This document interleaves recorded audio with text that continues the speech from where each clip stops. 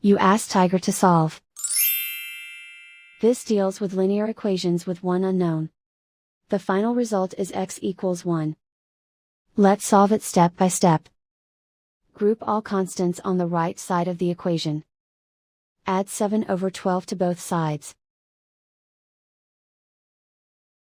Combine the fractions. Combine the numerators. Reduce the zero numerator. Simplify the arithmetic.